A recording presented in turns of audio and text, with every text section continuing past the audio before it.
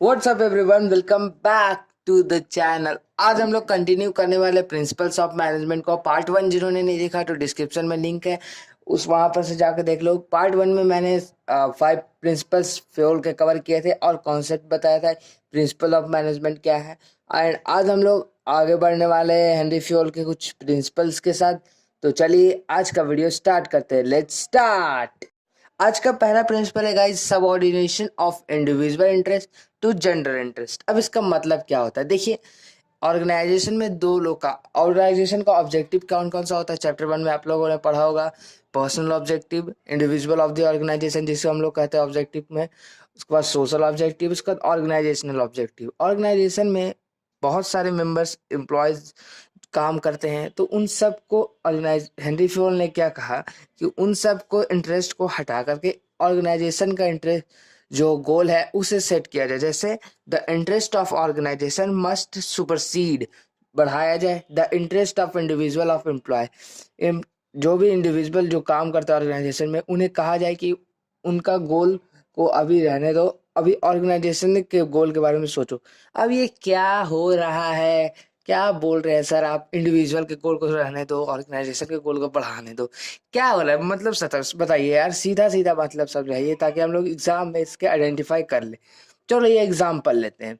एक मैनेजर है, production purchase manager, purchase department का होगा तो परचेज मैनेजर है, उसे रॉ मटेरियल खरीदनी है, रॉ मटेरियल के लिए दुकान पे जाएगा। उसके भाई की दुकान है रॉ मटेरियल की, जो भी उसे रॉ मटेरियल चाहिए तो वो जाके भाई की दुकान पर से रॉ मटेरियल खरीद सकता है ऑर्गेनाइजेशन के लिए।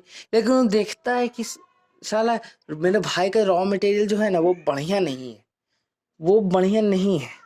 उसके बगल वाला जो दुकान है ना मिश्रा साहब का, वो बढ़िया रॉ मटेरियल रखता है, ऑर्गेनाइजेशन को जो रॉ मटेरियल चाहिए। तो इस केस में manager have to choose alternative, मतलब वो अपने भाई के दुकान को छोड़ करके दूसरे बगल वाला दुकान जिसका है उसमें जा करके उसे लेना चाहिए, क्योंकि वो ऑर्गेनाइजेशन के गोल को पहले रखना चाहिए, तब उसे इंडिविजुअल गोल को। भाई के दुकान पे गया तो वो इंडिविजुअल के मकसद से न गया, रिलेशन के मकसद से गया कि रिलेशन है तो चलो भाई की दुकान से ले लेंगे। और जो बुढ़बकवा मैनेजर होगा ना वो भाई की दुकान से ले लेगा, बोले हट अपना प्रॉफिट पहले है, बाद में ऑर्गेनाइजेशन का देखेंगे। तो ये फ्योल ने कहा कि नहीं, ऑर्गेनाइजेशन में जो लोग काम कर रहे हैं उसे ऑर्गेनाइजेशन गोल को सबसे पहले रखना है, उसके बाद इंडिविजुअल गोल को आगे रखना है।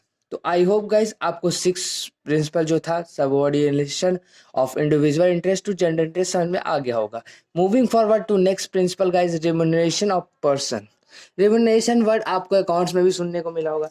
रिम्यूनरेशन, देखिए रिम्यूनरेशन में अकाउंट्स में आप लोगों ने सुना होगा सैलरी, वेजेस, कमीशन, यही सब होता है रिम्यूनरेशन का मतलब। अगर हिंदी में बात करें तो इसका मतलब होता है पारिश्रमिक या पुरस्कार, आप लोग इसे कह सकते हो।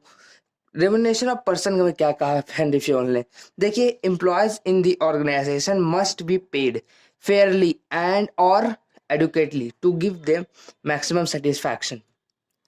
फ्योल ने क्या कहा कि एम्प्लॉयज को एक फेयरली वेजेस मिलना चाहिए, एक सैलरी मिलना चाहिए, ताकि जो अपना नीड है, जो सोशल स्टैंडर्ड ऑफ लिविंग जो उनके एम्प्लॉय जी रहे हैं उन्हें उसे जीने दिया जाए।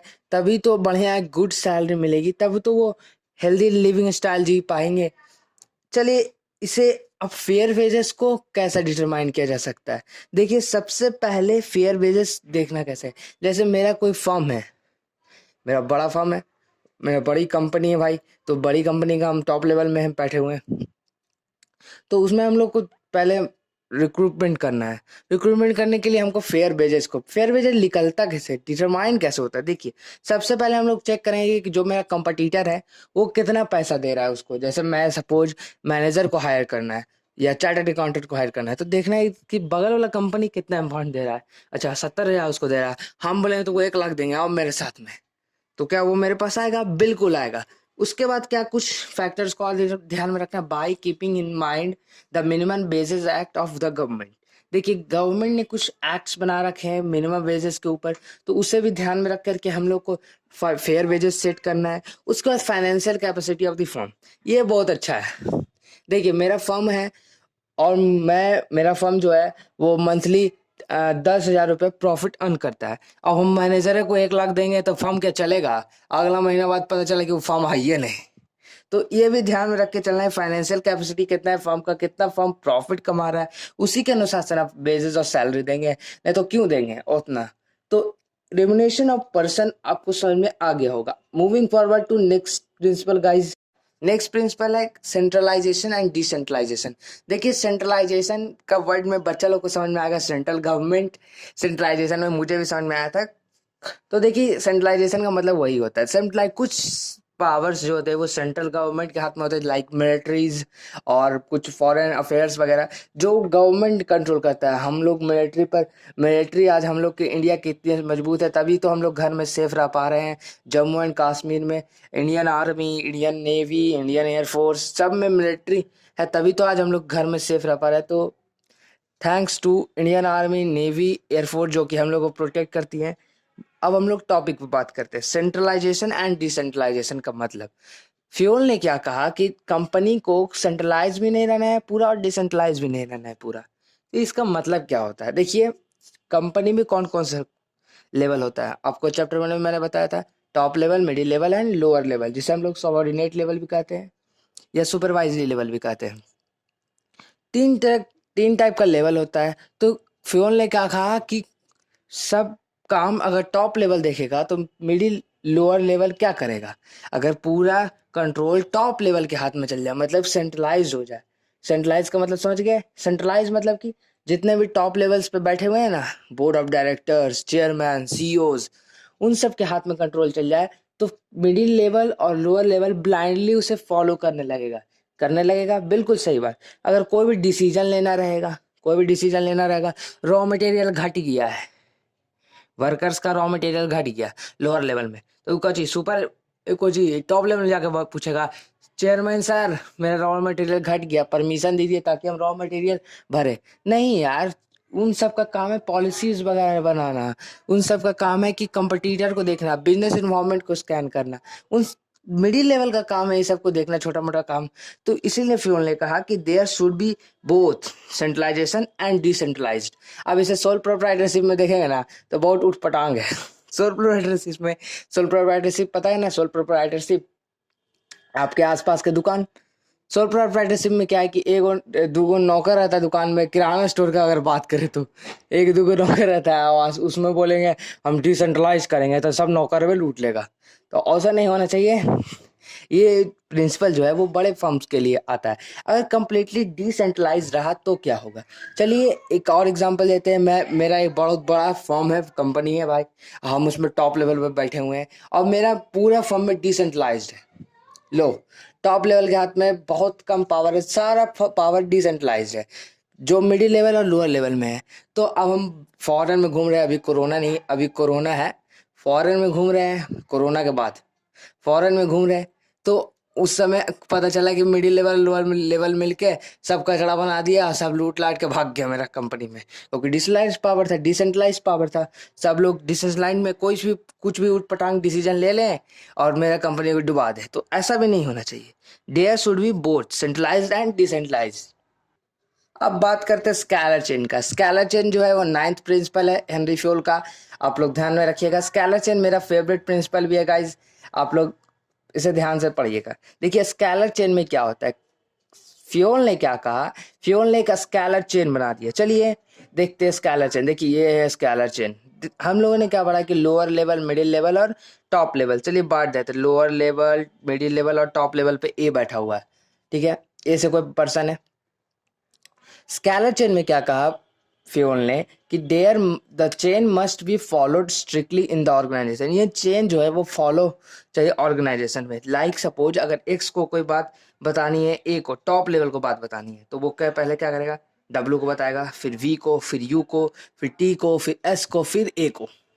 देख रहे हैं ना कितना लंबा प्रोसेस है। इससे फायदा क्या है सर, स्केलर चेन को फॉलो करने से क्या फायदा है, फायदा कुछ होगा तभी ना। फ्योल ने कहा, फ्योल क्या बकलोल है ऐसी कह देगा, उसे फादर ऑफ मैनेजमेंट कहा जाता है भाई, फ्योल क्या बकलोल तो नहीं ना है। तो इसका ये फायदा है कि इसमें कम्युनिकेशन गैप रहने का चांस बहुत कम है, ना के बराबर कम्युनिकेशन गैप होता है। जैसे मान लीजिए कोई एक्स बात है बहुत इंपॉर्टेंट जो डब्ल्यू को बताया, अब डब्ल्यू की किया ना, बताइए नहीं किया आगे बात, भी को बताइए नहीं किया, तो भी को नहीं बताया तो यू और टी और एस को पता चल जाएगा इसी, पता नहीं चला तो ए को कैसे पता चलेगा? तो ए पकड़ लेगा, ओ एक्स को पता था, वो डब्लू को बताया, लेकिन डब्लू ने आगे पास नहीं किया, इसको निकालो, ये काम लायक नहीं है, निकालो इसको। तो इससे यही फायदा होता है गाइस कि कम्युनिकेशन गैप नहीं होता इसमें। अब एक बहुत इंपॉर्टेंट सवाल है, देखिए मैं यहाँ पे दो टाइप बना देता हूँ, उसके बाद मैं इसे समझाऊंगा।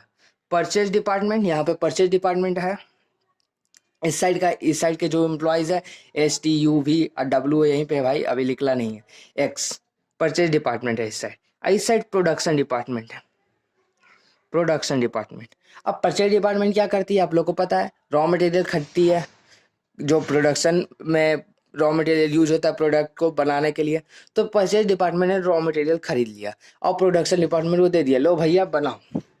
लेकिन ये भैया डब्लू जो है वो बहुत चालाक है, ये डब्लू जो है वो बहुत चालाक है। डब्लू भैया ने क्या कहा, देखा कि साला रॉ मटेरियल का क्वालिटी बेकार है, ये क्वालिटी बेकार है तो बताना पड़ेगा प्रोडक्शन डिपार्टमेंट को कि प्रोडक्ट नहीं बनाए।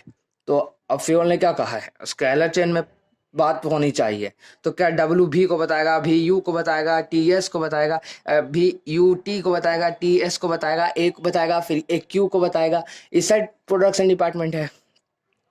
तो ऐसे तो बहुत देरी हो जाएगा, पता चला कि प्रोडक्ट बन उनके मार्केट में बिक उग गया ऐसा समझ रहे हैं ना। तो इस केस में फ्योल ने एक शॉर्टकट प्रोवाइड किया है, उस शॉर्टकट को कहता है गैंग प्लैंक। तो वही डब्लू को अगर कोई बात प्रोडक्शन डिपार्टमेंट मान लीजिए M को बतानी है, मिश्रा साहब को बतानी है, तो उस केस में फ्योल ने शॉर्टकट पढ़ के, हाँ जाओ तुमको बहुत इमरजेंसी केस है जिसमें कंपनी का लॉस होने वाला है, लॉस ही तो होने वाला है, प्रोडक्ट रॉ मटेरियल खराब रहा तो प्रोडक्ट भी तो खराब ही ना बनेगा, तो कंपनी मार्केट में खराब ही ना गुडविल हो जाएगा, कंपनी का लॉसेस भी होंगे, कोई उस प्रोडक्ट को खरीदेगा नहीं। तो इस in the case of emergency we can use gang plank. Gang plank क्या होता है, direct communication between two employees, direct communication. यहीं से ये बोलेगा, हाँ मिश्रा साहब का कॉल लगा, मेरे पास गैंग प्लैंक का पावर है, मिश्रा साहब का फोन लगाओ, तो ये मिश्रा साहब इधर प्रोडक्शन डिपार्टमेंट बैठे है, ये डब्लू भैया बोलेंगे मिश्रा साहब प्रोडक्शन डिपार्टमेंट बंद कीजिए, रॉ मटेरियल खराब है, तो लगाओ रॉ मटेरियल खराब है, प्रोडक्शन डिपार्टमेंट बंद करो। तो इसी को हम लोग कहते हैं गैंग प्लैंक। तो WV ने जो पावर इस्तेमाल किया उसे हम लोग क्या कहते हैं, गैंग प्लैंक। गैंग प्लैंक आप लोग पढ़ लीजिए, इट परमिट डायरेक्ट कम्युनिकेशन किया ना डब्ल्यू से M, WV ने मिश्रा साहब को डायरेक्ट कम्युनिकेशन किया बिटवीन द एम्प्लॉयज में कम्युनिकेशन हुआ है, working in different position, purchase में है, ये प्रोडक्शन में है, अलग अलग पोजीशन है, without following this scalar chain को फॉलो ही नहीं किया, ले BUST सब ऐसे ही चल गया, AOPQ सब ऐसे ही चला गया। तो इसी को हम लोग क्या कहते हैं, गैंग प्लैंक। स्केलर चेन के बाद आता है प्रिंसिपल ऑफ ऑर्डर। अब प्रिंसिपल ऑफ ऑर्डर में कुछ बच्चा सोचेगा कि पहले ही तो हम लोग पढ़े थे यूनिटी ऑफ कमांड, ये कमांड में हम लोगों ने सर ने बताया था कि कमांड मतलब होता है ऑर्डर। देखिए ये ऑर्डर दूसरा चीज है, देखिए हेनरी फ्योल ने क्या कहा अब इस पर, there must be a fix place, सब चीज का फिक्स प्लेस होना चाहिए ऑर्गेनाइजेशन में, फॉर एवरीथिंग सब चीज का होना चाहिए, लाइक और सीट्स और कैबिन, जो भी मैनेजर्स एम्प्लॉयज वगैरह के कैबिन होते हैं, for every employees of the organisation, सब चीज़ का एक फिक्स लिमिट होना चाहिए। अगर फिक्स लिमिट नहीं हुआ तो क्या होगा, एग्जाम्पल 4 फ्लोर है, 1 2 3 4, फर्स्ट फ्लोर में प्रोडक्शन डिपार्टमेंट काम करता है, सेकेंड फ्लोर पे परचेज, थर्ड फ्लोर पे सेल्स, फोर्थ फ्लोर पे रिसर्च एंड डेवलपमेंट। हालांकि ये नंबर थोड़ा उल्टा हो गया है, आप लोग एडजस्ट कर लेना। एक मैनेजर है, चलिए मैनेजर बनाते, थोड़ा सिंपल सा मैनेजर बना लिया जाए, यस ये मैनेजर अपना आ गया। ये एक मैनेजर है, इसको कहा गया है ऑर्गेनाइजेशन में कि आपको इन चारों डिपार्टमेंट जो है ना उस पर नज़र रखना है, इन चारों डिपार्टमेंट में नज़र रखना है, ठीक है। ये बोला ठीक है, लेकिन इसका कोई फिक्स के भी नहीं है। लो मंडे को ये रहता है परचेज प्रोडक्शन में, सैटरडे को रहता है, ट्यूसडे को रहता है रिसर्च एंड डेवलपमेंट में, मतलब इसका कोई फिक्स नहीं, एक दिन यहाँ एक दिन यहाँ, एक दिन छुट्टी पे, ये लोग को लगेगा कि एक दिन प्रोडक्शन पे, एक दिन सेल्स पे, और एक दिन बीच बीच में छुट्टी पे, ये लोग को लगेगा कि परचेज में है, परचेज को लगेगा सेल्स में है, सेल्स को लगेगा रिसर्च में है, रिसर्च को लगेगा प्रोडक्शन में है, ये लोग अपने कन्फ्यूज जगह। इसका फ़ायदा क्या है अगर प्रिंसिपल ऑफ ऑर्डर को माने तो, इस पर्सन का अगर कोई केबिन बना दिया जाए, हाँ प्रोडक्शन में आपका एक छोटा सा केबिन बना दिया जाए, आप उसमें बैठिए, सारे लोग आपको आकर रिपोर्ट करेंगे कि आज कितना काम हुआ। तो इसका एक फ़ायदा ये है कि आपको अगर ये मैनेजर को खोजना जाए कि हम टॉप लेवल है भाई, टॉप लेवल वाला हम तो हम ही रहेंगे, टॉप लेवल में हमको एक आदमी आया खोजने के लिए, ये मैनेजर को बुलाओ। अब ये मैनेजर का पता नहीं कि कौन फ्लोर पे है, तो क्या चारों फ्लोर पे चक्कर काटते रहेगा, ऊपर नीचे ऊपर नीचे ऊपर नीचे, पता चला छुट्टी पे ले। तो इसका एक फिक्स प्लेस बना चाहिए जिससे हम लोग का टाइम बचे और कंपनी का जो काम हो रहा है वो स्मूथ काम होते रहे। स्मूथ अगर ये इसका फिक्स प्लेस नहीं होगा तो सबसे पहला डिमेरिट है क्या कि इसमें पहले टाइम लगेगा, उसके बाद कोई भी आदमी सही समय पर राइट डिसीजन नहीं ले पाएगा। अगर इसको इससे पूछना है कि सेल्स में और परचेज और हमको रॉ मटेरियल खरीदना तो फंड कहाँ से मिलेगा, अभी आदमी को पता ही नहीं कि कहाँ है, प्रोडक्शन में, सेल्स में, कहाँ पे ही बैठल है, तो कैसे होगा काम, नहीं हो पाएगा। तो इसीलिए प्रिंसिपल ऑफ ऑर्डर कहता है कि सब चीज़ का एक फिक्स प्लेस होना चाहिए, सब तभी तो एम्प्लॉय जो है वो काम अच्छे से कर पाएंगे, स्मूथ फ्लो ऑफ फंक्शन होगा ऑर्गेनाइजेशन का। आई होप आप इसे समझे होंगे। आज मैंने आपको 5 और प्रिंसिपल बताए हेनरी फ्यूल के, आप लोग इसे रीड कर लीजिएगा। ऐसा कुछ बड़ा चीज़ नहीं है, मैंने आपको पहले बताया था कि डायरेक्ट केस स्टडी देता है, ऐसा कुछ लॉन्ग लेंदी चीज़ नहीं है। आप लोग इसे बुक से रीड कर लीजिए, आप लोग को समझ में आ जाएगा। तो चलिए मिलते हैं हम लोग जल्द ही नेक्स्ट वीडियो में। Keep working hard and makes your parents proud. Thank you so much guys for watching this video, thank you so much.